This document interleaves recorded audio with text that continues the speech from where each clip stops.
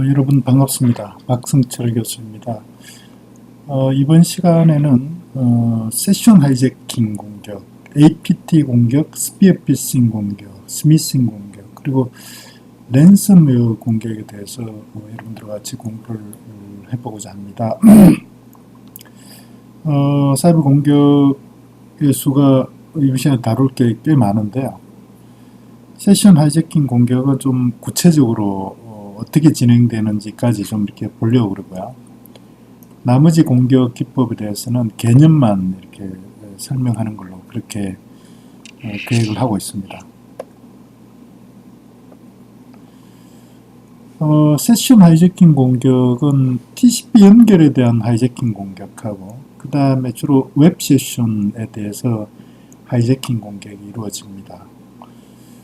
그리고 최근에 들어와서 이제 문제가 되고 있는 공격들이 APT 공격, 우리말로는 지능형 지속 위협, Advanced Persistent Threat 공격이다 이렇게 이야기를 하는데, 그 다음에 스피어 피싱 공격도 최근에 많이 이렇게 이야기가 되고 있고요. 스미싱 공격도 아마 여러분들 들어본 적이 있을 것 같습니다. 조금 생소할 것 같은데 MITB 공격, 보통 MITM 중간자 공격은 많이 이렇게 알려져 있는데 MITB 공격도 비교적 최근에 자행되고 있는 그런 공격들이고요.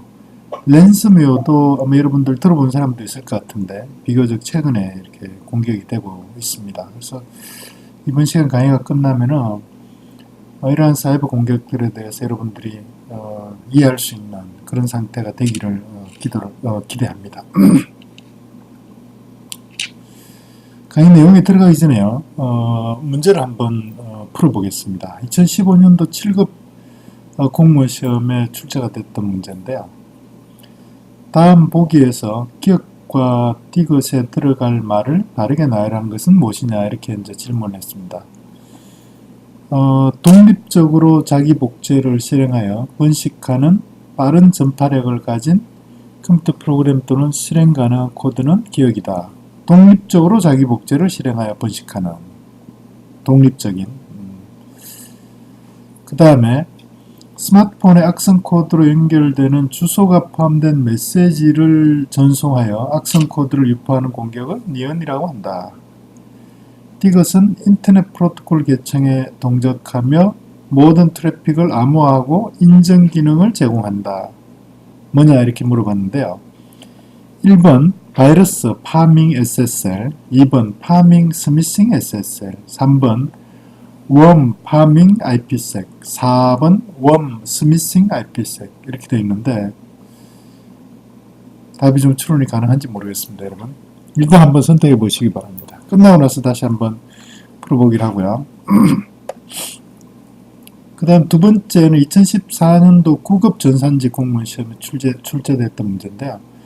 다음 설명에 해당하는 컴퓨터 바이러스는 무엇이냐 이렇게 물어봤습니다. 산업 소프트웨어와 공정 설비를 공격 목표로 하는 극도로 정교한 군사적 수준의 사이버 무기로 지칭된다. 공정 설비와 연결된 프로그램이 논리 제어 장치의 코드를 악의적으로 변경하여 제어권을 획득한다. 네트워크와 이동 저장 매체인 USB를 통해 전파되며 스케이다 시스템이 공격 목표이다. 1. 오토론 바이러스, 2. 백도어, 3. 스톡스넷, 4번 본넷 이렇게 되어 있는데요. 조금 어렵지 않을까 하는 생각이 듭니다. 일단 여러분들 답을 한번 해보시고 강의가 끝난 다음에 다시 한번 확인을 해보겠습니다. 그러면은 세션 하이제킹 공격에 대해서 설명을 시작하겠습니다.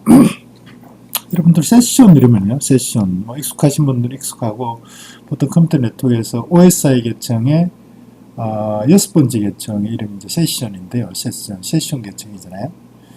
세션 이러면은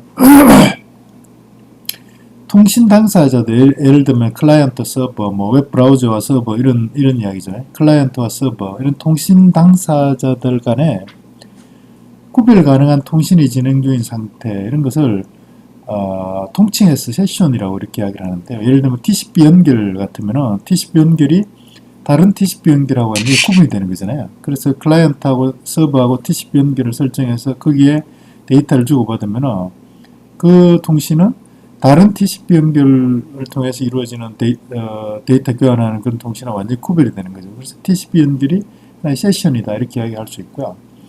그다음 웹브라우저와 웹서버 간의 통신을 하는데 어떤 쿠키 정보를 사용하면 동일한 쿠키를 사용해서 통신하는 그런 어떤 통신을 웹브라우저, 웹서버 간의 세션이다 이렇게 이야기를 하거든요. 동일한 쿠키를 사용하는. 그러면은 다른 브라우저하고 서버 간에 다른 쿠키를 사용해서 통신을 하게 될 테고, 그러면은 그 다른 쿠키를 사용하는 통신은 서로 구분이 가능한 거죠. 그래서 동일한 쿠키를 사용하는 그런 웹브라우저, 웹서버 간의 통신을 웹세션이다 이렇게 이야기를 합니다. 근데 이제 이 웹세션이 중요한 개념을 가지는 중요한 개념이 되는 것이 이 보통 이렇게 사용자 통신에서 사용자 인정을 할 때요. 이 그 세션 단위로 사용자 인정을 하거든요. 그래서 세션 시작하고 그 세션에 대해서 사용자 인정이 하면 되면은 통신이 종료될 때까지 이제 사용자 인정을 안 해도 되는 거죠. 왜냐하면 동일한 사용자가 그 세션을 쓴다. 이게 이제 가정이 되거든요. 근데 이 세션 하이제킹이 뭐냐면은 세션에 대해서 이 인증 작업, 사용자 인증 작업이 완료돼서 정상적으로 통신이 이루어지고 있는 그런 세션이 있잖아요. 그런데 그 세션을 중간에서 이렇게 공격자가 가로채서 자기가 대신 사용을 해버리기 때문에 사용자가 이미 인증 작업을 해놓은 세션을 중간에서 가로채기 때문에 공격자는 사실은 그 세션에 대한 인증 작업이 없이 가로챈 세션을 계속 이렇게 사용해서 통신을 할 수 있게 되는 이런 문제가 생깁니다. 그래서 인증 작업을 하고 난 세션을 중간에서 가로채기 때문에 사실은 사용자가 인정을 해놓은 게 어떻게 보면 무력화되는 거죠. 인정하고 난 다음에 공격자가 그걸 뺏어가지고 이렇게 쓰는 거니까요. 그래서 이게 세션 하이제킹 공격이 아무리 사용자가 강력한 이런 그 인증 수단을 써서 예를 들면 일회용 패스워드라든지 뭐 나중에 우리가 공부할 계획이 있을 텐데요. 챌린지 정답 같은 이런 게 이제 그 상당히 이렇게 강화된 그런 인증 기법인데 이런 인증 기법을 써서 사용자 인증을 하고 통신을 하더라도 인증하고 난 다음에 세션을 갖다가 중간에서 가로채기 때문에 사실은 이 아무리 강력한 사용자 인증 기법을 쓰더라도 이게 이제 무력화돼 버리는 거죠. 그래서 세션 하이제킹 공격이 상당히 이렇게 위험하다 이렇게 이제 설명을 드릴 수가 있는 거죠. 그래서 세션 하이제킹 공격은 TCP 연결 하이제킹, 그 다음에 웹 세션 하이제킹 이렇게 이제 두 가지가 대표적인 건데, TCP 연결 하이제킹부터 한번 설명을 해보겠습니다. 말 그대로 다른 사용자가 이렇게 TCP 서버하고 연결을 해놓으면은 TCP 연결을 해놓으면은 공격자가 연결되어 있는 그 세션을 중간에서 가로채는 그런 공격이다 이렇게 이해를 하시면 되고요. 지금까지 알려져 있는 TCP 연결 하이제킹 공격의 대표적인 게 두 가지 기법을 쓰는데, 하나는 순서번호, 특히 그 시작 순서번호 있잖아요. 시작 순서번호가 ISN이죠. Initial Sequence Number, ISN이죠. 이 ISN을 추론을 해서 TCP 연결을 하이제킹하는 그런 공격 기법이 알려져 있고요. 또 하나는 이걸 추론하는 대신에, ISN을 추론하는 대신에 그 순서번호를 아예 이렇게 중간에서 이렇게 스니핑을 해서 TCP 연결을 하이제킹하는 이 두 가지 기법이 이렇게 잘 알려져 있습니다. 하나씩 한번 설명을 해보겠습니다. 그러니까 순서번호를 추론해서 TCP 연결을 하이제킹한다 이렇게 하는 건데요. 그러니까 이게 이제 그 하이제킹 하기 전에 어떤 공격 대상자를 뭐 도스 공격을 한다든지 이렇게 해서 완전히 무력화를 시켜놓고요. 서버의 시작 순서번호를 ISN을 서버의 시작 순서번호가 서버에서 클라이언트한테 알려주는 ISN이잖아요. ISN을 추론해서 공격 대상자를 가장해서 그 서버와 연결을 하는 거죠. 그래서 공격 대상자하고 서버 간의 연결을 중간에서 공격자가 가로채는 이런 건데요. 이게 이제 그 어떤 취약점을 이용하는 거냐면 서버하고 TCP가 연결 설정 과정에서 이 시작 순서번호를 누구든지 추론이 가능할 수 있는, 그래서 공격자가 말이죠. 공격자가 몇 번 한번 시도를 해보면요. 몇 번 연결 설정을 해보면은 서버는 시작 순서 번호를 어떻게 쓰는구나 이런 것 갖다 이제 추론할 수 있는 그런 시작 순서 번호를 쓴다는 거죠. 뭐 랜덤하게 쓴다든지 이렇게 하는 게 아니고 어떤 규칙을 가진 그런 어떤 시작 순서 번호를 쓰면은 공격자가 쉽게 서버는 시작 순서 번호를 뭐를 쓴다 이렇게 추론할 수 있다는 거죠. 그래서 공격자가 그 서버의 그 패킷에 대해서 서버에 연결 설정할 때 서버의 패킷이라는 게 싱크 플러스 에크 패킷이잖아요. 싱크 플러스 에크 패킷. 여기에 시작 순서 번호를 ISN을 추론할 수 있으면은 그죠? 이 싱크 플러스 에크 패킷에 대한 응답이 에크잖아요. 에크 패킷이잖아요. 이 에크 패킷을 만들 수 있다. 왜냐면 에크 패킷의 확인 번호가 ISN 플러스 1이거든요. 그죠? 그래서 이 ISN을 추론할 수 있으면은 추론이 가능하다는 이야기는 무슨 이야기냐면은 이 싱크 플러스 에크에 대한 응답 패킷, 이 에크 패킷을 위조할 수 있다 이런 이야기죠. 위조가 가능하다. 그런 의미가 되는 거네요. 그래서 이런 어떤 그 서버가 시작 순서 번호를 추론 가능한 어떤 일정한 규칙을 가진 그런 어떤 ISN을 시작 순서 번호를 사용하는 그런 어떤 약점을 이용하는 공격이다 이렇게 설명을 드릴 수가 있는데 이 그림으로 하면은 좀 더 이렇게 잘 이해를 할 수가 있을 겁니다. 그래서 우선 공격자가요. 이 공격자가 지금 누구를 공격하고 싶으냐면 이 사용자 A하고 이 서버 사이에 TCP 연결을 가로채고 싶은 거죠. 그래서 아예 그 사용자 A는 그 사용자 A하고 서버 간의 TCP 연결이 설정된 것처럼 이렇게 만들어 놓고 실제로는 공격자가 자기가 이제 TCP 연결을 써서 그 서버와 연결해서 그걸 갖다 사용하겠다 이런 이야기거든요. 그래서 일단 사용자 A에 대해서 뭐 도스 공격을 한다든지 이렇게 해서 일단 무력화를 시켜놓고요. 그 사용자 A는 동작 불능 상태를 만들어 놓고 그 다음에 어떻게 하냐면은 자기가 있잖아요. 자기가 공격자가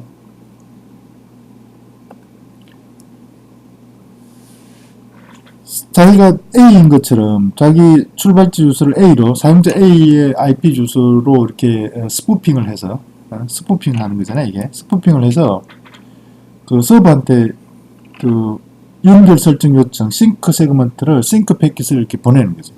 그죠? 이렇게 서버한테 보낸다.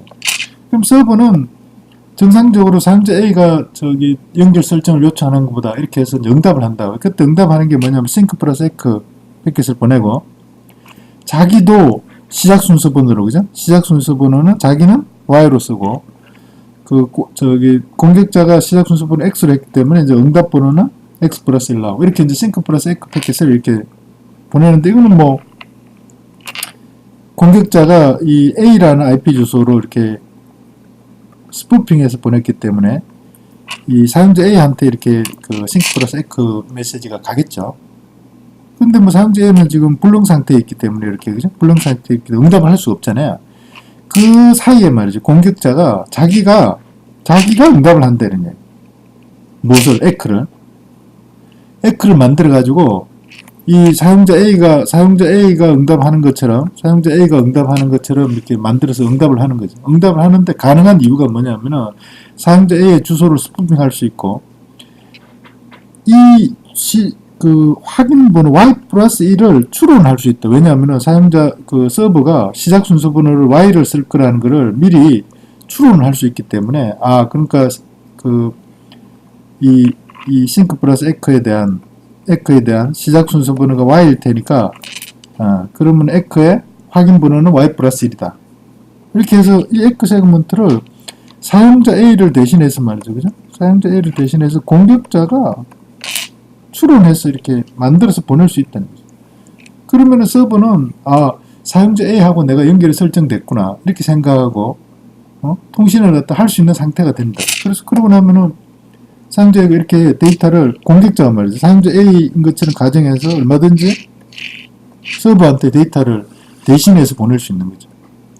근데 문제는 이럴 때 서버가 사용자 A한테 데이터를 보내면 이렇게 갈 거는 거죠. 이렇게 가면은 이렇게 가는 데이터는 중간에 공격자 자기는 받을 수가 없는 거죠. 그러니까 이런 공격은 순서 번호를 추론해서 TCP 연결을 하이제킹하는 거는 서버가 그러니까 공격자가 서버한테로만 데이터를 전달하는 그런 공격, 이런 형태, 그죠? 이런 형태의 공격만 가능하고, 서버가 사용자 A한테 정보를 주는 이런 거는 이제 공격자는 받을 수가 없는 거죠. 그래서 뭐 예를 들어서 사용자 A하고 서버 사이에 인증 작업을 해야 된다. 그러면 서로 이렇게 로그인 페이지 같은 거 다운로드하고, 그 다음에 아이디하고 패스워드를 입력하고, 이런 서로 이렇게 통신이 이루어져야 되잖아요. 이제 그런 형태의 통신은 안 되는 거죠. 왜냐하면 서버가 보낸 데이터를 사용자 A한테 가는 데이터를 공격자 자기가 받을 수가 없기 때문에. 그래서 이런 경우는 좀 한계가 있어요. 그러니까 그 순서 번호를 추론해서 TCP 연결을 하이제킹하는 거는 공격자가 서버한테로 한 방향으로만 데이터를 보낼 수 있는 일방향 데이터 전송만 가능하기 때문에 한계가 있고요. 따라서 뭐 그 서버가 그 사용자하고 인증 과정이라는 게 양방향으로 뭔가 정보를 주고받아야 되기 때문에 인증 과정 같은 이런 거는 사실은 이제 할 수가 없는 거죠. 그래서 서버가 어떤 호스트에 대해서 인증 없이 뭔가를 갖다 데이터를 받을 수 있는 신뢰하는 호스트, 이런 것만 이제 공격 대상이 될 수가 있는 거죠. 공격자가 그러니까 TCP 연결을 하이제킹 하는데 그 공격 대상자를 선정할 때 서버가 인증 없이 이렇게 그냥 이렇게 신뢰할 수 있는 그런 공격 대상자만 이제 사실은 공격이 가능하다, 이런 이제 한계가 있는 거죠. 그래서 이 대응책은 이 시작 순서 번호를 있잖아요. 서버가 싱크 플러스 에크 패킷을 보낼 때 사용하는 그 ISN 시작 순서 번호를 추론할 수 없는 그런 임의의 번호, 랜덤한 번호 같은 이런 걸 써서 공격자가 추론할 수 없게 이렇게 만드는 게 이제 중요한 대응책이 되는 거죠. 추론할 수 없게. 그 다음에 좀 더 이렇게 어드밴스된 TCP 연결 하이제킹 공격이 스니핑 기반의 TCP 연결 하이제킹 공격인데요. 조금 이건 조금 복잡할 수 있는데, 여러분들 TCP의 연결 설정 과정에 대해서 조금 이렇게 자세하게 이해를 해야지 되는데, 제가 좀 보완해서 설명할 텐데요. 만약에 제가 하는 설명을 듣고 TCP 연결의 그 동기화 상태 이런 게 잘 이해가 안 되면은 TCP 관련된 컴퓨터 네트워크의 TCP 관련된 그런 부분을 한번 이렇게 리마인드 차원에서 다시 한번 읽어보시기 바랍니다.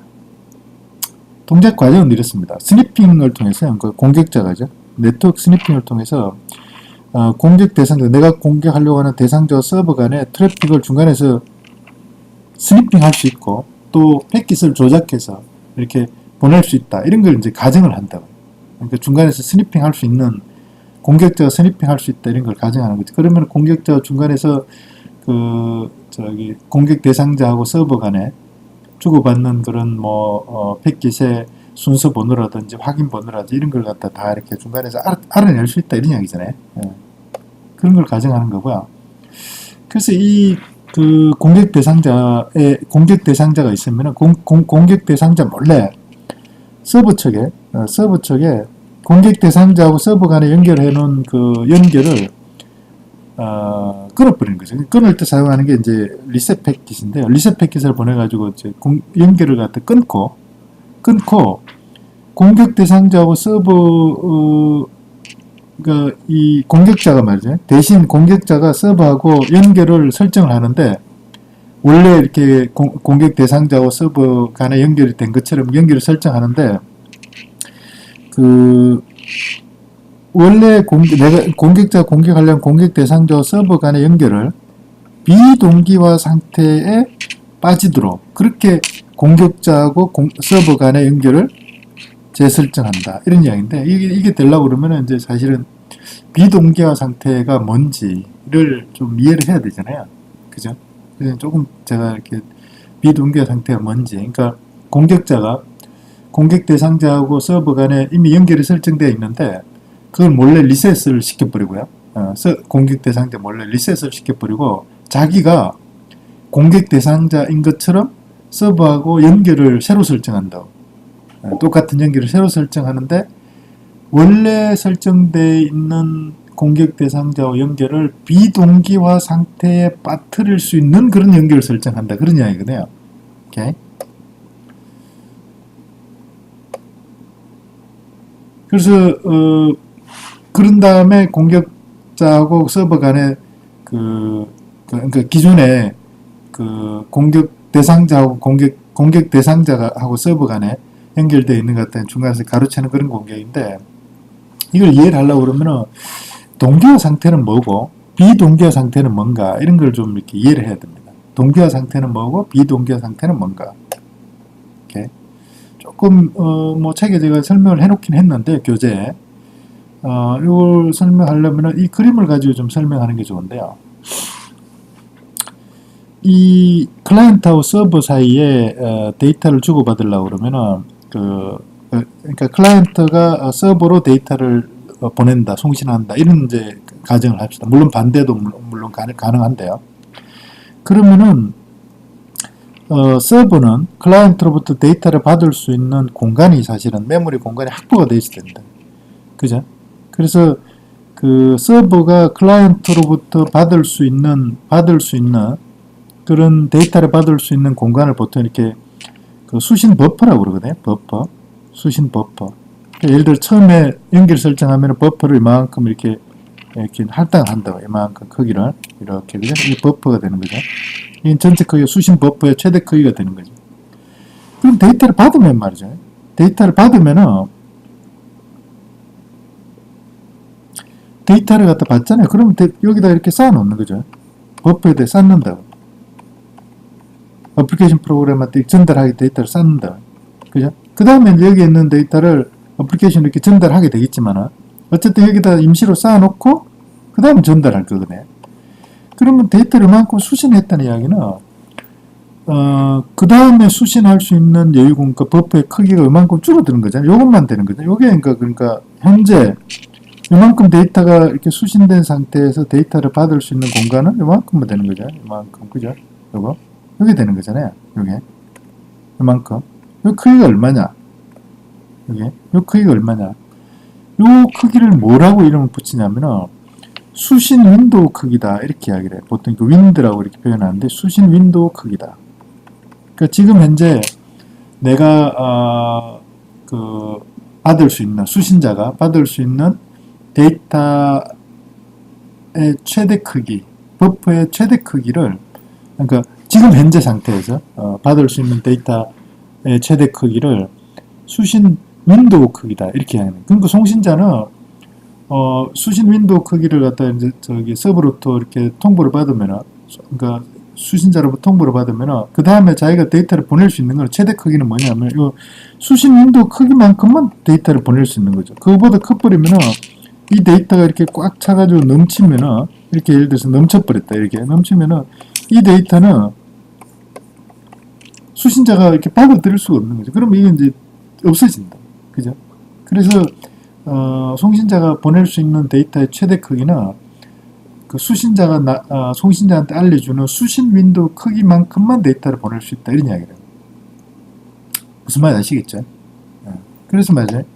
보통 통신할 때, 그 서버가 데이터를 받으면, 그러니까 수신자가 송신자한테 데이터를 받으면은, 에크 세그먼트, 여기다 에크, 여기 1로 표시해서 에크 세그먼트를 송신자한테 보내게 되는데, 그때 자기의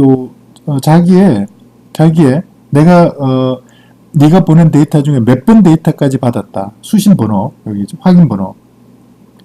확인 번호를 알려주고요. 확인 번호. 내가 지금 몇 번 데이터까지 받았다. 확인 번호를 알려주고, 그 다음에 말이죠. 그 다음에 지금 내가 받아들일 수 있는 수신 윈도우 크기가 얼마다 하는 거를 송신자한테 알려주는 거죠. 오케이? 그러면은 송신자는 말이죠. 송신자는 그 다음에 보낼 수 있는 게 말이죠. 그 다음에 보낼 수 있는 게 확인 번호, 지금 이 확인 번호 몇 번까지 받았고, 그 다음에 받아들일 수 있는 게 수신 윈도우 크기가 이만큼이다, 이렇게 수신자가 알려주잖아요. 그러면은 그 다음에 송신자가 보낼 수 있는 거는 말이죠. 요 확인 번호에 이후에 순서 번호를 매겨서 보낸 데이터의 전체 크기가 뭐보다 작아야 되냐면은 이 수신 윈도우 크기보다 작거나 같을 수밖에 없다. 그거보다 더 큰 거는 보낼 수 없다. 이런 의미거든요. 그죠? 그래서 앞에 있는 이 수식에서 보면요. 이 수식에서 보면은 그 클라이언트가 서버한테 데이터를 보내는 그런 경우만 일단 가정을 해보자요. 반대는 뭐 여러분들이 저기 한번 생각을 해보시오. 그러면은 이 조건이 항상 이렇게 충족해야 된다 이런 이야기라고요. 이 조건이 항상 충족해야 되는데 무슨 이야기냐면은 서버가 알려준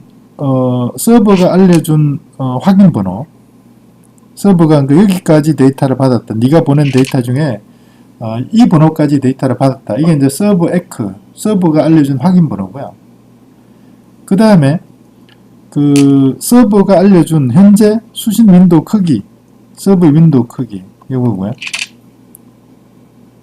그래서 송신자는 데이터를 순서 번호를 매겨가지고 이렇게 데이터를 쭉 보내게 되는데 그때 송신자가 순서 번호를 매겨서 이렇게 보내는 그 데이터의 순서 번호, 이 순서 번호, 클라이언트가 순서 번호는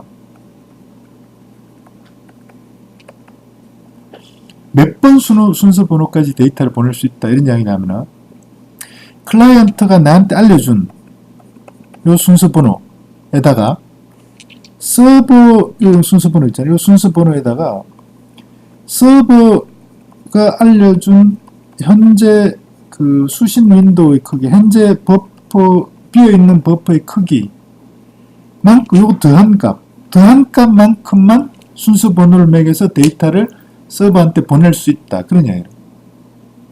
그거보다도 만약에 큰 순서 번호의 데이터를 서버한테 보냈다는 이야기는 뭐냐면은 서버가 버퍼가 넘쳐가지고 데이터를 받을 수 없는 상태가 될 수도 있다 이런 이야기거든요. 그러면 서버는 그 데이터를 받아들일 수가 없는 거죠. 그래서 항상 그 클라이언트가 서버한테 데이터를 보낼 때 항상 요 조건이 유지가 될 수 있도록 순서 번호를 매겨서 데이터를 보내야 되고 만약에 그 순서 번호가 범위를 벗어나는 그런 순서 번호의 데이터를 보내면 되지 않는다 그런 거라고.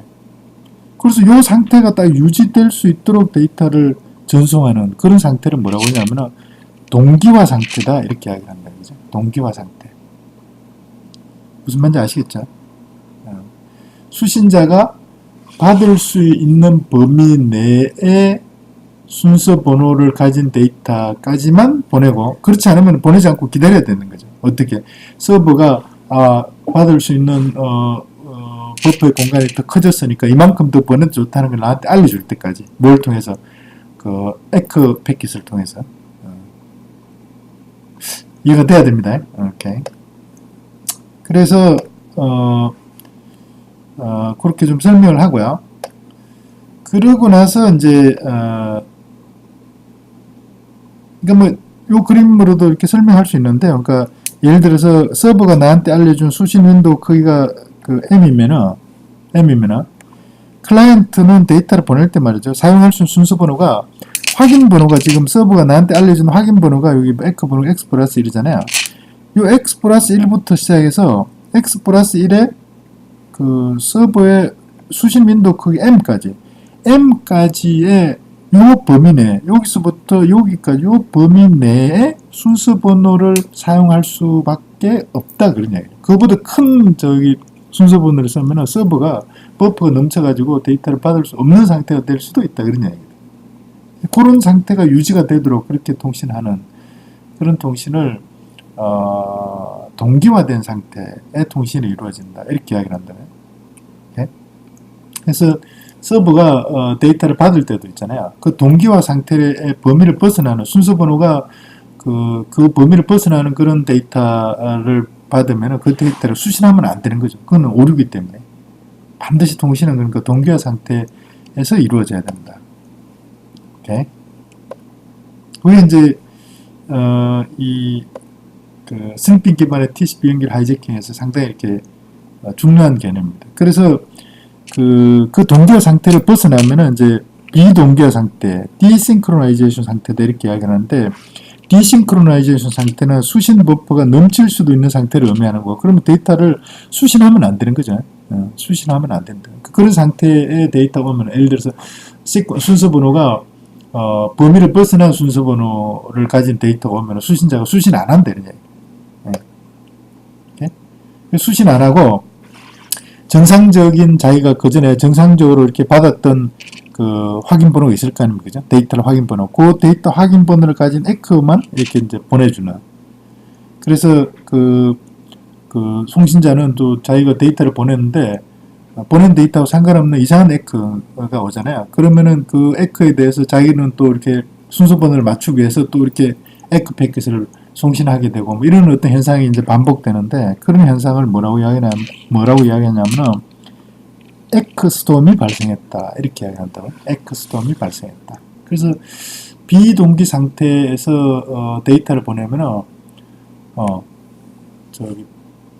수신자는 그 전에 정상적으로 받았던 확인 번호를 가진 에크 패킷을 송신자한테 보내게 되고, 송신자는 내가 기대하는 에크 패킷이 안 왔잖아요. 그러면 정상적인 에크 패킷을 받기 위해서 거기에 대한 또 에크 패킷을 수신자한테 보내게 되고, 이런 상태가 이제 계속 발생하는 그런 상태를 에크스톰 상태다, 이렇게 이야기를 하는데요. 그래서 스니핑 기반의 TCP 연결 하이제킹은 이 그림으로 이제 사실 좀 설명을 드릴 수가 있는데, 조금 복잡합니다. 조금 복잡한데, 기본적으로 개념은 공격자가 사용자 A하고 서버 사이에 주고받는 패킷을 스니핑할 수 있다. 그래서 뭐 순서 번호라든지 확인 번호 같은 이런 걸 중간에서 알아낼 수가 있다, 이런 거거든요. 그래서 한번 보십시다. 그 사용자 A가 지금 서버한테 싱크 패킷을 보내고요. 싱크 패킷을 보내고, 그때 순서 번호가 X다. 이건 뭐 중간에 공격자가 스니핑하고 있으니까 알게 되겠죠, 그죠? 알게 된다. 스니핑하고 있으니까요. 스니핑을 하고 있기 때문에. 그럼 서버는 이 싱크 패킷을 받으면 싱크 플러스 에크 패킷을 보내게 되겠죠. 그리고 자기는 순서 번호를 Y라고 썼고, 싱크 패킷, 사용자 A가 보낸 싱크 패킷에 순서 번호가 X였기 때문에 확인 번호는 X 플러스 1이고, 그죠? 그리고 서버가 클라이언트한테, 사용자 A한테 뭐를 알려주냐면은 자기가 받아들일 수 있는 수신 윈도우 크기, 서버의 수신 윈도우 크기를 이렇게 알려준다고요. 이렇게. 물론 공격자는 이것도 다 이렇게 중간에 스니핑 할 수 있는 거죠. 그런 상태에서 말이죠. 요 시점에서 지금 그 공격자는 이걸 다 알고 있는 거잖아요. 요 시점에서 공격자가 이 사용자 A하고 서버 사이에 설정하는 이 연결을 끊어버린다. 뭘 통해서? 리셋 패킷을 통해서 지금 진행 중인 연결을 이렇게 다 끊어버립니다. 이 연결을 끊는 데 필요한 정보는 다 알고 있다. 왜냐하면 공격자가 중간에 스니핑을 하고 있기 때문에, 공격자 A하고 서버 사이에 연결을 설정할 주고받은 정보를 스니핑하고 있기 때문에 연결을 끊는 데 필요한 정보도 다 가지고 있는 거죠. 그러고 나서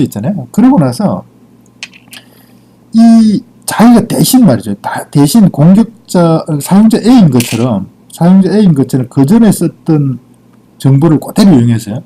그 정보라는 게 이제 뭐 포트 번호하고 사용자의 IP 주소 이런 게 똑같은 포트 번호, 똑같은 IP 주소 이런 걸 써서 사용자 A인 것처럼 해서 다시 연결을 설정하는 거죠. 다시 연결. 그때 다시 연결을 설정하는데, 그때 순서 번호, 시작 순서 번호를 U라고 했다. 원래는 그 X를 썼잖아요. X였는데 자기는 요 U라고 이렇게 이제 순서 번호를 매겨서 똑같은 연결을 다시 재설정을 하는 거죠. 연결을 재설정한다. 재설정을 하는데 이 시작 순서 번호 U 있잖아요. U 값을 어떻게 하냐면은 원래 사용자가 사용했던 요 X하고 공격자가 사용하는 U하고 요 절대값의 크기가 서버가 알려준 윈도우 크기, 수신 윈도우 크기보다도 더 크게 이렇게 해서 U를 설정한다. 이렇게 하는 거는 뭐냐면은 기존의 사용자 A하고 서버 사이에 기존 연결의 상태를 비동기화 상태로 만들기 위해서 그렇다 이런 이야기인데요. 비동기화 상태를 만들기 위해서 이렇게 하는 건데, 왜 이게 비동기화 상태를 만드는가는, 비동기화 상태가 되는가는 그 다음에 제가 이제 설명할 거고요. 그렇게 한다고요? 그렇게 보낸다고요? 그러면은 이제 그 서버는 기존의 연결이 해제가 됐고 사용자 A가 다시 나한테 연결을 설정하는 것보다 이렇게 다시 또 싱크 플러스 에코 패킷을 사용자 A한테 이렇게 보내겠죠. 그럼 당연히 중간에 있는 공격자가 이걸 가로채 가지고 에코 패킷을 자기가 대신 이렇게 보낼 수 있다. 대신 그때 서버가 사용했던 순서 번호가 보이면은 뭐 중간에 스니핑하고 있으니까 이 확인 번호도 V 플러스 1 이렇게 해서 얼마든지 보낼 수 있는 거죠. 그렇게 해서 지금 공격자하고 서버 사이의 연결을 새로 설정했도록 재연결 설정했다. 재연결이 된 거죠. 재연결이 되고 난 상태에서 말이죠. 사용자 A가 정상적으로 나 지금 연결이 설정되어 있으니까 사용자 A가 정상적으로 이렇게 데이터를 보낼 수 있겠죠. 그때 데이터를 보낼 때 순서 번호는 뭐냐면 연결 설정할 때 순서 번호가 X를 썼고 확인 번호가 X 플러스 1로 해줬기 때문에 자기는 그 다음 데이터를 보낼 때 순서 번호는 X 플러스 1 이렇게 가겠죠. 그죠? X 플러스 1 순서 번호 X 플러스 1로 보냈다고. 요 시점에서 말이죠. 요 시점에서 서버가 자기는 뭐 공격자가 보내는지 사용자 A 둘 다 이제 사용자 A가 보내는 것처럼 그렇게 이해를 할 테니까요. 데이터를 받았는데 확인 번호가 순서 번호가 뭐가 왔냐면은 순서 번호가 X 플러스 1이 왔잖아요. X 플러스 1. 근데 자기는 공격자가 재연결을 설정했을 때 그 순서 번호를 U라고 이렇게 받았기 때문에 자기는 확인 번호를 U 플러스 1로 이렇게 확인해 준 거잖아요. U 플러스 1. 그죠? 그래서 순서 번호를, X 플러스 1의 순서 번호를 받았는데, 자기는 그 전에 자기가 알려줬던 확인 번호는 U 플러스 1이었거든요. 그래서 순서 번호 X 플러스 1하고 자기가 알려준 확인 번호 U 플러스 1하고 이 차이를 계산해보면은 U 마이너스 X잖아요. U 마이너스 X가 반드시 어떻게 돼야 되냐면 순서 번호하고 그 자기가 알려준 확인 번호의 그 차이가 항상 뭐보다 작아야 되냐면은 자기가 알려준 요 서버의 수신 윈도우 크기보다 항상 작아야 되거든요. 그죠? 그래야지 그 동기화 상태가 유지가 된다고 그랬잖아요. 앞에서. 이것보다 크다는 이야기는 그 비동기화 상태고 그러면은 수신 버퍼가 넘칠 수가 있기 때문에 데이터를 받을 수 없는 상태, 비동기화 상태가 된다 이러잖아요. 그래서 이게 계산해 보니까 수신 불가 상태, 왜냐면 비동기화 상태이기 때문에 수신 불가라고. 그러니까 그 정상적인 사용자 A가 보내는 데이터는 이미 서버가 데이터를 받을 수 없는 상태가 되어 있다는 거죠. 그 데이터를 못 받는 거죠.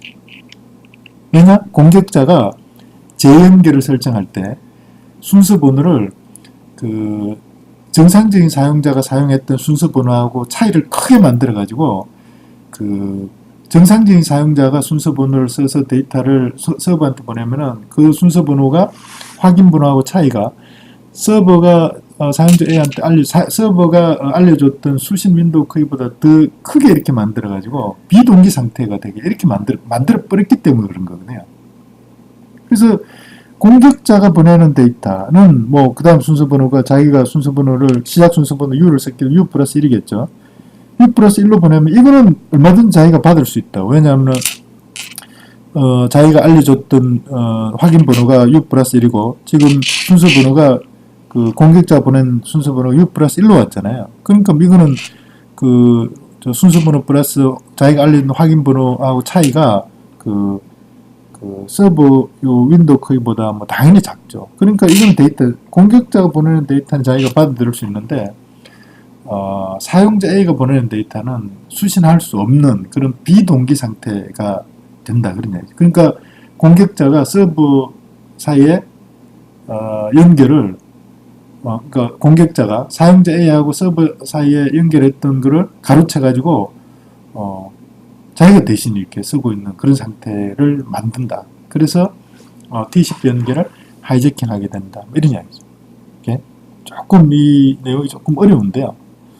그래서 뭐 좀 더 자세히 설명하면 좋지만 시간적인 한계가 있기 때문에 여기까지 설명할 텐데 혹시 잘 이해가 안 되는 그런 사람들은 교재 이 부분을 좀 더 자세히 한번 읽어보시기 바랍니다.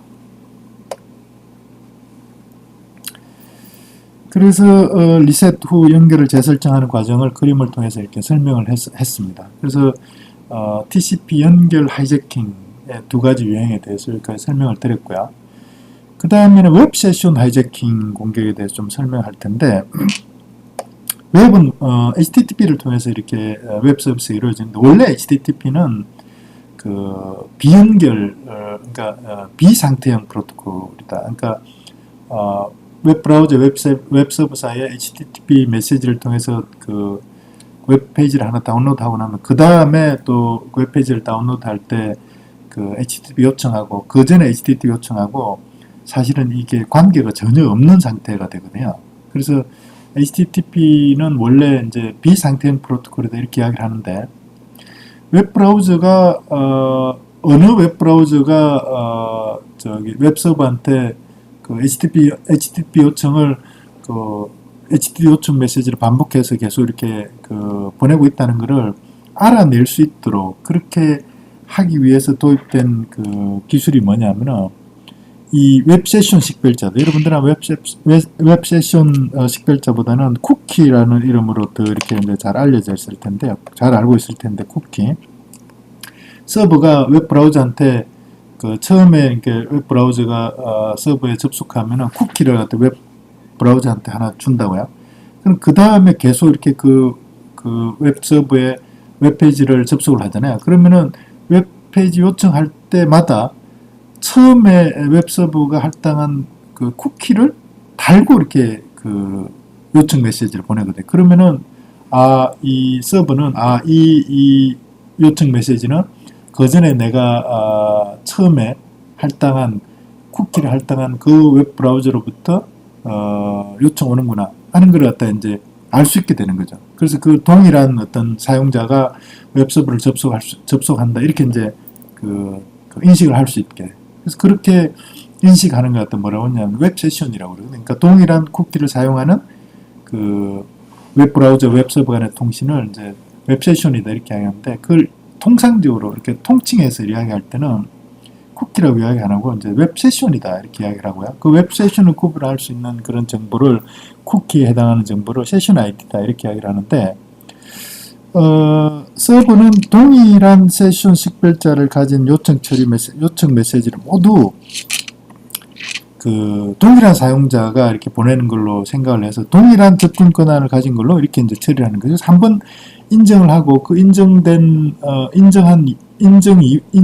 이후에 동일한 세션 아이디를 가진 그런 요청 메시지가 오면은 인정된 걸로 이렇게 가정할 수 있는 거예요. 왜냐하면 같은 세션에 속한 요청 메시지다 이렇게 보는 거니까. 그죠? 그래서 이제 보통 그 세션 아이디를 쿠키로 이렇게 이제 보통 이렇게 많이 사용하는데, 꼭 쿠키 정보로 쓰질 않고요. 그 URL 필드에 그 세션 아이디를 넣어서 이렇게 보낼 수도 있습니다. 그래서 요청 메시지의 포맷인데, 보통 일반적으로는 요청 그 쿠키 정보를 어디다 넣어서 보내냐면 이렇게요. 요 헤더 필드에 쿠키 헤더에 이제 값을 넣어서 이렇게 보내는데, 그렇지 않고 요 URL 필드에 세션 아이디를 추가로 이렇게 붙여서 이렇게 보낼 수도 있다. 뭐 그런 이야기입니다. 오케이? 이런 식으로, 그죠? 여기에 쿠키 정보를 넣어서 이렇게 매번 서버 요청 메시지 보낼 때마다 이 쿠키 정보가 확인해서 동일한 쿠키 정보를 가진 요청 메시지는 동일한 세션에 속한 거다. 그래서 한번 처음에 사용자 인정을 했으면 그 다음에 동일한 쿠키를 달고 오는 그 요청 메시지는 추가적으로 이제 인증 작업을 할 필요가 없다. 이렇게 이제 판단한다는 거죠. 또는 여기 URL 뒤에다가 여기다가 그 세션 아이디를 추가해서 이렇게 전달할 수도 있다. 이런 이야기입니다. 오케이? 세션 식별자를 가로챈다는 이야기는 요 세션 유효기간이 남아있는 세션 있잖아요. 유효기간이 남아있는 세션 식별자를 만약에 공격자가 중간에서 가로챌 수 있으면 자기가 그걸 갖다 쓰면 되는 거예요. 그러면은 원래 사용자하고 서버 사이에 그 통신이 인정이 되고 난 다음에 그 세션 아이디를 공격자가 중간에서 가로챘다고 그러면 사실은 뭐 그 자기는 인정을 갖다 안 받고도 그냥 서버를 접속할 수 있는 그런 상태가 되는 거죠. 그죠? 그래서 중간에 이 세션 아이디를 트래픽 스냅핑을 통해서 세션 아이디를 중간에서 가로챌 수 있다든지, 아니면 세션 아이디를 뭔가 이렇게 추측 공격을 통해서, 아니면 전사 공격을 통해서 어떤 식으로든 간에 이렇게 알아낼 수만 있으면은 사실은 자기는 이제 다른 사용자의 세션 아이디를 그대로 이렇게 쓸 수가 있는 거죠. 또는 이제 그 크로스 사이트 스크립팅 공격이 사용자의 웹 브라우저의 그 쿠키 정보를 읽어서 공격자한테 이렇게 전달하는 그런 공격으로 많이 쓰이는데, 그런 공격을 통해서 세션 아이디 또는 쿠키 정보를 알아내면은 자동으로 세션 가로채기 가능한 거죠. 왜냐하면 그 훔친 세션 식별자를 쓰면 되니까, 그죠? 그래서 세션 식별자 가로채기 공격이라는 거는 결국은 이런 기존의 트래픽 스냅핑이나 세션 식별자를 추측하거나 전사 공격을 통해서 세션 식별자를 알아내거나, 또는 크로스 사이트 스크립팅 공격을 통해서 세션 식별자 또는 쿠키 정보를 알아내는 이런 공격하고 동일한 공격이다, 이렇게 봐도 되는 거죠. 세션 식별자를 중간에 가로채기만 하면은 그 세션은 사용자가 얼마든지 가로챌 수 있으니까, 그죠?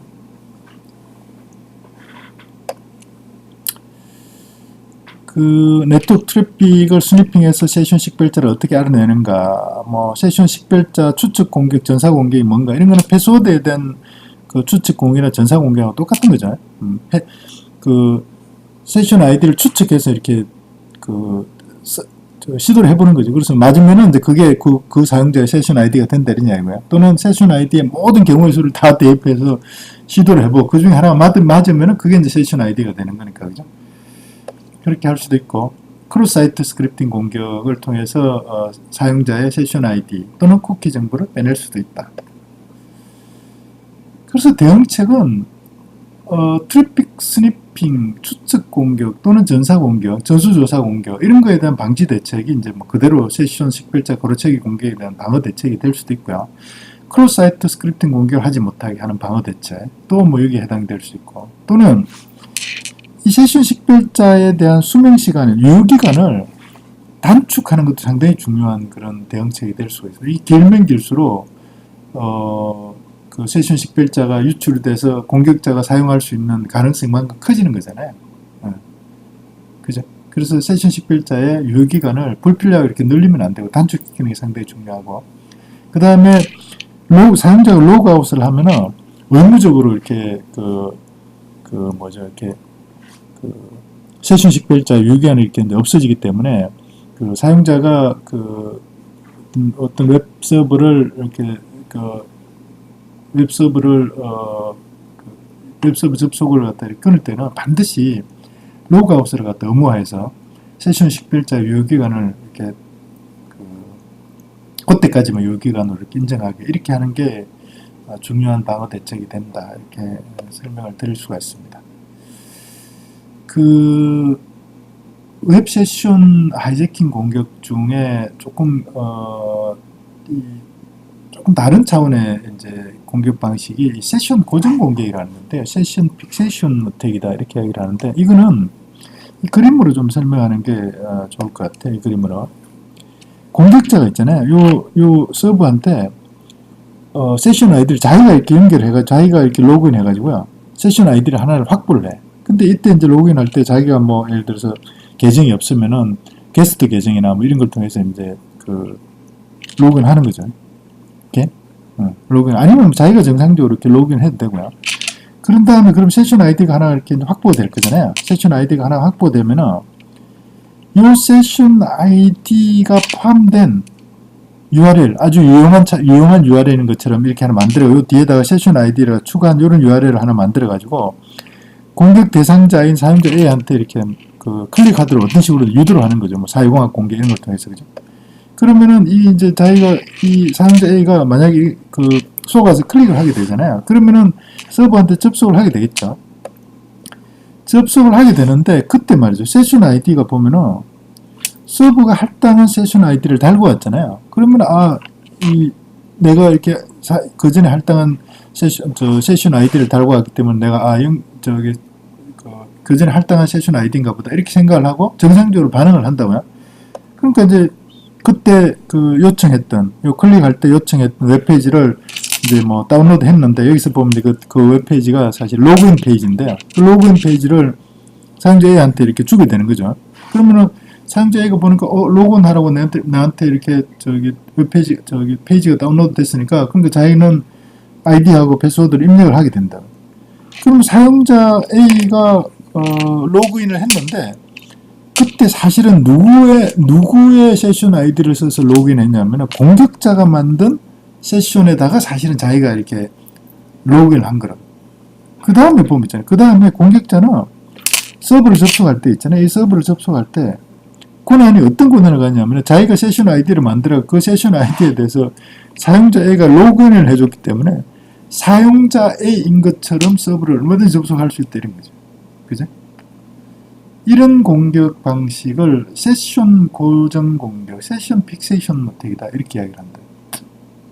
그죠? 요거 이제 취약점은 원래 초기 세션 아이디를 서버가 한번 설정하면은 인정한 후에도 그대로, 그러니까 사용자 인정 후에도 똑같은 동일한 세션 아이디를 그대로 사용하는 이런 취약점을 이용하는 건데요. 그래서 그 대응체이라는 거는 어쨌든 그 제3자 신뢰할 수 없는 제3자가 뭔가 이렇게 제공하는 URL은 아무리 그게 유용한 것처럼 가장을 하더라도 사실 클릭을 하면 안 되는 거죠. 이게 사회공학 공격에 이렇게 노출되면 안 된다는 거고요. 그 다음 또 하나는 서버에서 처음에 세션을 할당하고 그 다음에 사용자 인증이 끝나면 세션 아이디를 이렇게 변경하는 이런 게 이제 상당히 중요한 그런 이제 대책이 될 수가 있습니다. 오케이? 여기까지가 세션 하이제킹 공격을 설명을 드렸는데 웹 세션 하이제킹 공격은 뭐 그렇게 복잡한 게 아닌데 TCP 연결 하이제킹 중에 중간에 공격자가 그 스니핑을 통해서 순서 번호하고 확인 번호 같은 걸 스니핑을 통해서 이렇게 연결 하이제킹하는 그런 공격은 공격자가 기존의 TCP 연결을 비동기화 상태로 만든 다음에 그 다음에 연결을 재설정하는 그런 과정을 거치기 때문에 비동기화 상태, 동기화 상태 TCP 연결에서 이게 뭔지가 사실 이해가 돼야지 좀 이해를 할 수 있는 그런 문제이기 때문에 조금 어려울 수도 있는데요. 다시 한번 여러분들 주의 깊게 한번 읽어보시기 바랍니다. 그 다음에 최근에 일어나는 공격들 중에 APT 공격에 대해서 이제 간략하게 좀 설명하려고 그러는데요. 우리말로는 지능형 지속 위협 공격, Advanced Persistent Threat 공격이다 이렇게 이야기를 하는데 이거는 어떤 특정한 군사 산업기관의 중요한 정보 설비를 목표로 아주 특별하게 설계된 그런 다양한 공격 수단을 사용해서 장시간에 그리고 은밀하게 이렇게 활동해서 어떤 위협을 가하는 그런 공격 행위를 지능형 지속 위협 공격이다 이렇게 이야기를 하고요. 이 지능형 APT 공격의 특징은 그래서 특정 공격 대상 기관에 딱 맞도록 그렇게 개발된 아주 고급의 공격 도구와 침입 기술들을 사용한다. 그래서 맞춤형 공격이다.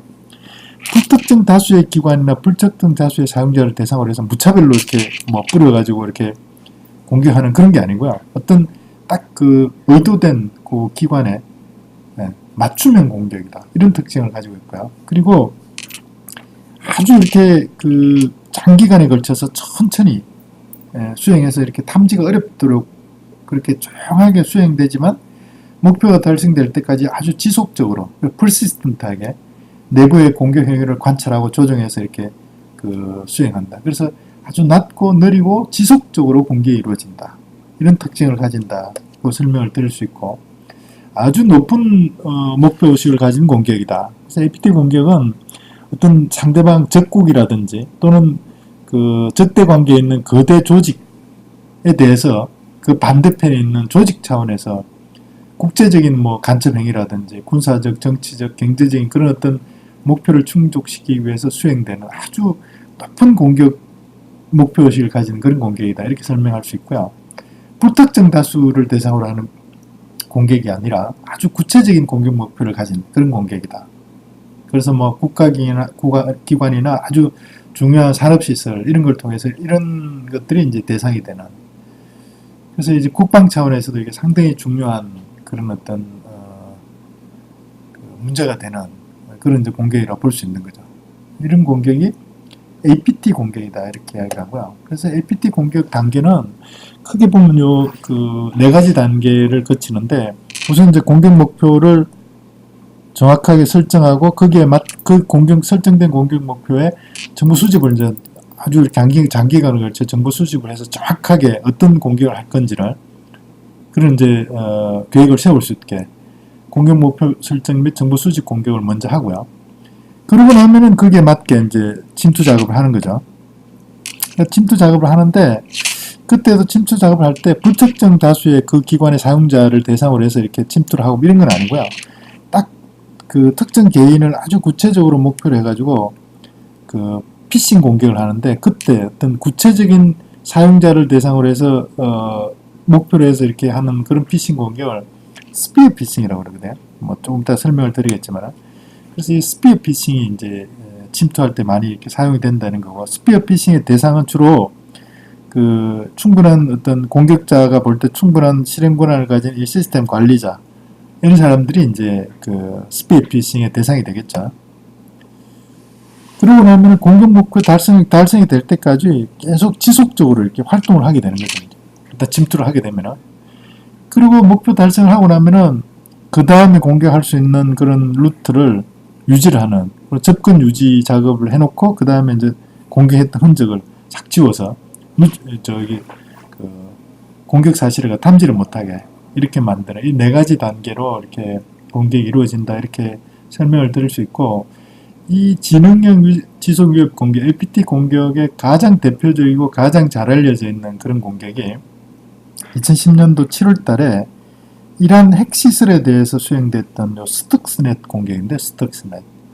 뭐 대부분의 사람들이 이스라엘 정보기관에서 이렇게 수행하지 않았나 이렇게 이제 뭐 예상들을 하는 그런 공격인데, 요 스톡스넷이라고 하는 그 2010년 7월 이란 핵시설에 대해서 자행됐던 그런 그 APT 공격이 가장 유명하고 가장 잘 알려져 있는 그런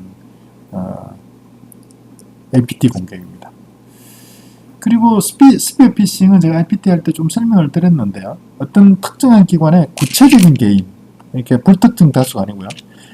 구체적인 개인이나 그룹을 목표로 해서 진행되는 피싱 공격이 스피어 피싱 공격이다. 이렇게 이름을 붙입니다. 그러니까 정확하게 탁지를 공격할 그런 대상이 딱 정해져 있다. 뭐 이런 거죠. 스피어 피싱. 그 다음에 스미싱 이야기도 사실 많이 나오는데, 스미싱. 일종의 자유공학 공격인데, 문자 있잖아요. SMS 문자. SMS, 숏 메시지 서비스, SMS. 문자 서비스라고 그러죠. 우리 보통 이제 문자 서비스.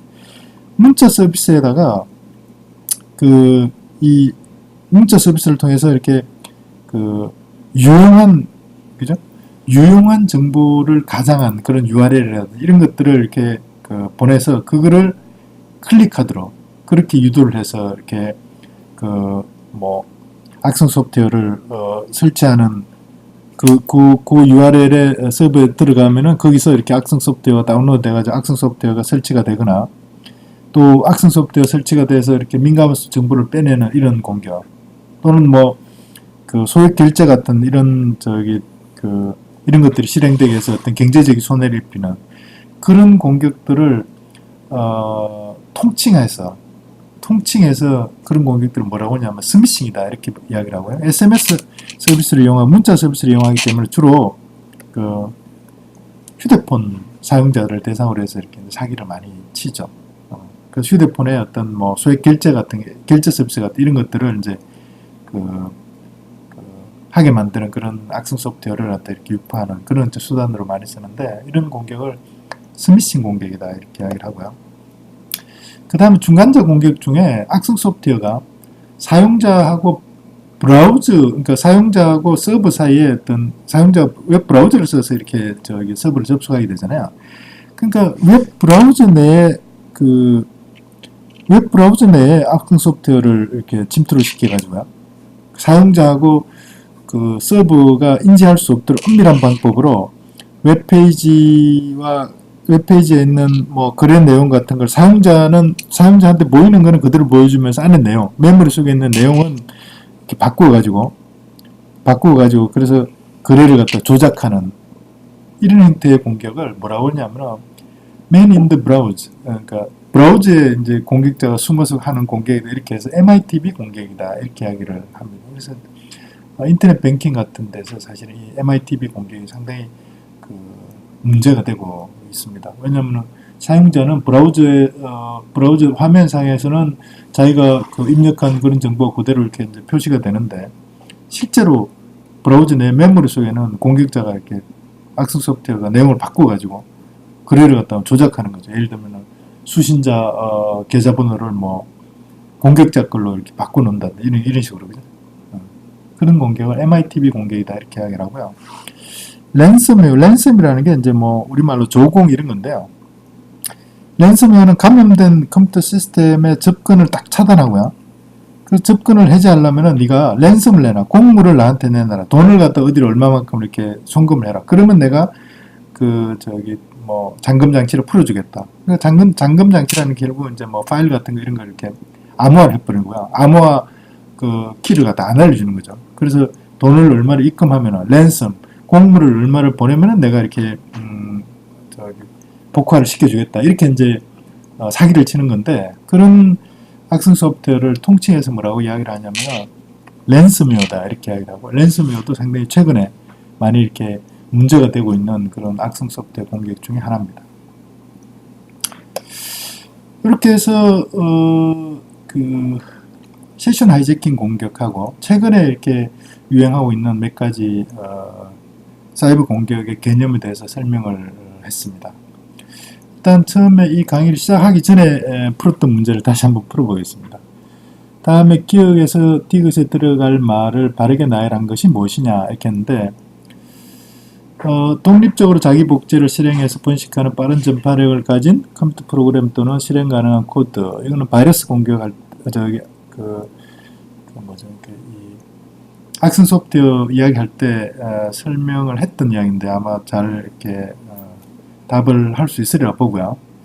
그 다음에 스마트폰에 악성 코드로 연결되는 주소가 포함된 메시지를 전송하여 악성 코드를 유포하는 공격을 앞에 나왔죠. 뭐라고 한다. 인터넷 프로토콜 계층에 속하며 모든 트래픽을 암호화하고 인증 기능을 제공한다. 우리 사실 인터넷 보안통신 프로토콜을 아직 공부를 하지 않았는데요. 이게 인터넷 프로토콜 계층에 속한다. 이렇게 보니까 SSL하고 IPsec 중에 뭔지 뭐 금방 이렇게 유추가 되죠. 그래서 아마 답을 잘 할 수 있으리라고 이렇게 기대를 합니다. 오케이. 그 다음에 다음 설명에 해당되는 컴퓨터 바이러스는 뭐냐 이렇게 물었는데요. 산업 소프트웨어와 공정 설비를 공격 목표로 하는 극도로 정교한 군사적 수준의 사이버 무기로 지칭된다. 공정 설비와 연결된 프로그램의 논리 제어 장치의 코드를 악의적으로 변경하여 제어권을 획득한다. 네트워크와 이동 장치인 USB를 통해 전파되며 스케이다 시스템이 공격 목표이다. 오트론 바이러스, 백도어, 스톡스넷, 본넷, 뭔 것 같습니까? 답이 나왔으리라고 봅니다. 이번 시간에 설명한 사이버 공격 중에 일부는 조금 이렇게 어려운 내용들도 있는데요. 나머지 뭐 그 TCP 연결 하이제킹의 스니핑 기반의 TCP 연결 하이제킹을 제외한 나머지 부분은 뭐 크게 이렇게 이해하는데 어렵지 않았으리라고 그렇게 생각을 합니다. 여러분 수고하셨습니다.